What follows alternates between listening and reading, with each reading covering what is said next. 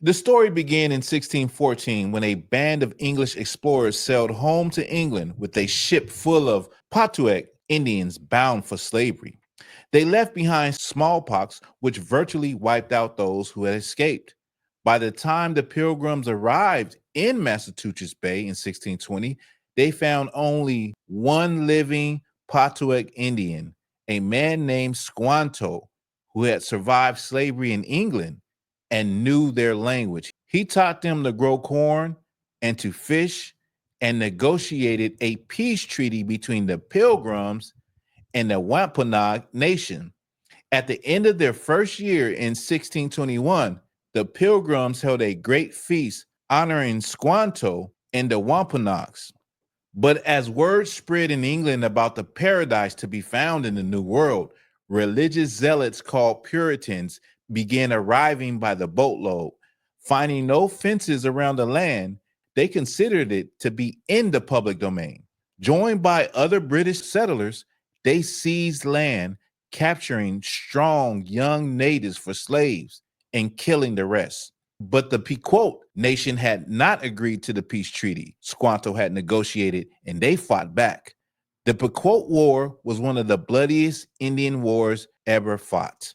In 1637, near present day Groton, Connecticut, over 700 men, women, and children of the Pequot tribe had gathered for their annual Green Corn Festival. In the pre-dawn hours, the sleeping Indians were surrounded by English and Dutch mercenaries who ordered them to come outside. Those who came out were shot or clubbed to death, while the terrified women and children who huddled inside the longhouse were burned alive. The next day, the governor of Massachusetts Bay Colony, John Winthrop, declared a day of thanksgiving because 700 unarmed men, women, and children had been murdered. In the aftermath of the Pequot War of 1636 to 38, many of the captured Pequot warriors were shipped to the West Indies as slaves. Winthrop kept one male and two female Pequots as slaves. Cheered by their victory, the brave colonists and their Indian allies attacked village after village. Women and children over 14 were sold into slavery, while the rest were murdered. Boats loaded with as many as 500 slaves regularly left the ports of New England. Bounties were paid for Indian scalps to encourage as many deaths as possible. Following an especially successful raid against the Pequot in what is now Stamford, Connecticut, the churches announced a second day of Thanksgiving to celebrate victory over the heathen savages. During the feasting, the hacked off heads of natives were kicked through the streets like soccer balls. Even the friendly Wampanoag did not escape the madness. Their chief was beheaded and his head impaled on a pole in Plymouth, Massachusetts, where it remained on display for 24 years. The killings became more and more frenzied, with days of Thanksgiving feasts being held after each successful massacre. George Washington finally suggested that only one day of Thanksgiving per year be set aside instead of celebrating each and every massacre. Later, Abraham Lincoln decreed Thanksgiving Day to be a legal national holiday during the Civil War. On the same day, he ordered troops to march against starving Sioux in Minnesota. Ladies and gentlemen, that is your Thanksgiving. That is what you sitting down at a table praying for and saying how thankful you are. That is where it comes from. You're looking and excited for a time to eat and get full as you can and get high as you can, and eat stuffing and turkey and ham and cranberry sauce and all of these things. Well, this celebration is built upon the blood of the North American Indian. Right. This is built upon the destruction of a people. This is built upon, human beings. People, America says that it is, all about humanity and all about, Christianity. Well, the things that happened to our brothers, the North American Indians, it was demonic. Right. It was demonic. It was savage. It was grotesque. It was sickening. It was all of the things that you can think about that are horrifying. It was genocidal. It was hateful. It was terrorism. And so a lot of Black Hispanic people, you give them the truth about the beginnings of Thanksgiving, and they say, well, I don't celebrate it for that. I celebrate it because it brings my family together. I ain't seen my uncle in 2 years. I ain't seen, my whole family is together. My grandma, Big Mama, she gonna pray over the food. We all gonna be in the house. I ain't seen all my cousins in so long. It bring us all together. That's trash. You are a selfish pig. If you can figure out a way in your mind after hearing this truth to rationalize celebrating Thanksgiving, something is wrong with you. And you're in the Christian church. You think that it's all right. Well, we're going to hear what God has to say about it. Give me Amos 5:21. Can I add to that? Yeah, add on to that. And they gonna still like be like fighting and stuff, arguing all Man, day. get a brother a hand. Man, get a brother a hand. And you're going to be fighting. You're going to be arguing. And guess what else? This might touch some people. You're going to be at that Thanksgiving dinner with that uncle that molested you. Everybody knows that, don't leave the kids with that one. Watch your kids around him. Watch your kids around her. And you coming together, acting like you all family. You're sitting at the table with the person who molested you when you was a child, and you got to deal with that.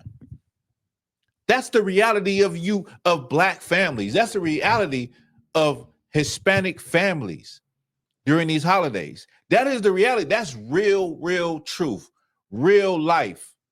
That's real life. This is the things that get swept under the rug.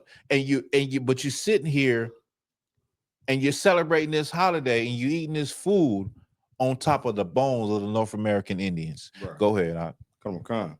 The book of Amos, chapter 5, verse 21. Mm-hmm. I despise your feast days. The Lord said he despised our feast days. What feast days is he talking about? He's talking about any feast day when you're not keeping the law, statute, and commandments. Right. I don't care if you celebrating the Passover. If you're not keeping the law, statute, and commandments throughout the year, the Passover don't mean anything. Well, in this case, Blacks, Hispanics, and Native Indians, you're keeping all of the holidays of your oppressor. Right. You're keeping all of the observances of your oppressor. And the Lord hates it. You don't even know who you are. You don't know the truth. You don't know to keep the commandments. You don't know to keep Hanukkah, which is coming up. You don't know about these things. And so the Lord is against you. You don't keep the law. So the Lord hates whatever you got going on. He hates your birthdays. He hates your holidays. He hate all of it.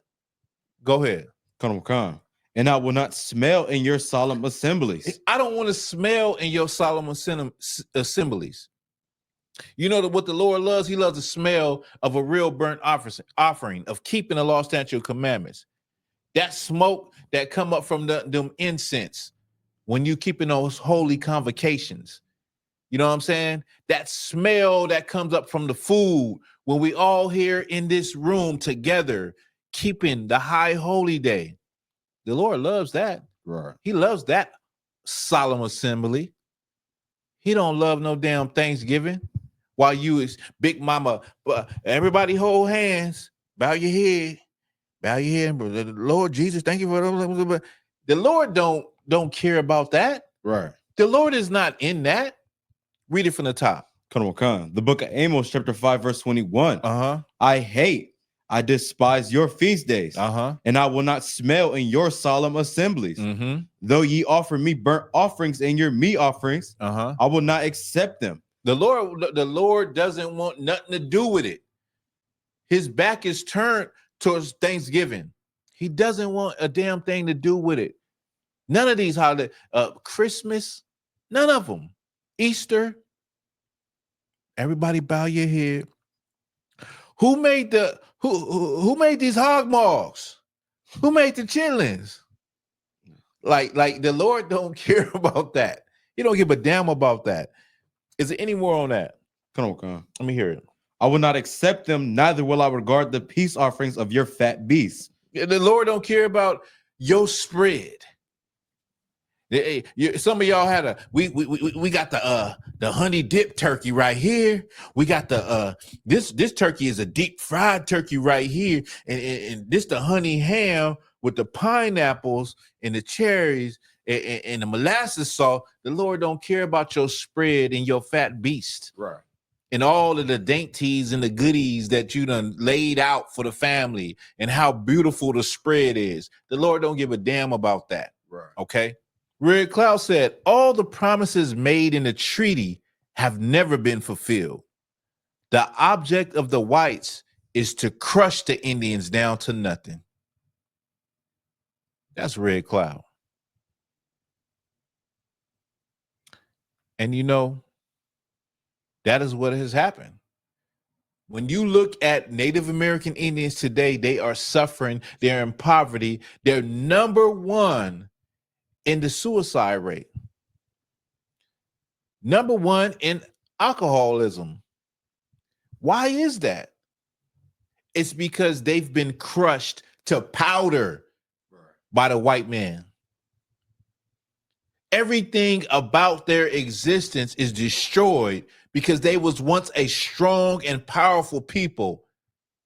And the Europeans, the white man came and destroyed them. He came and he lied to them to their face. He came with many words. He came with lawyers and treaties and lied every time, and kept none of his treaties because he's a dishonorable beast. Right. And he is a monster, and he doesn't have any compassion unless it's his people.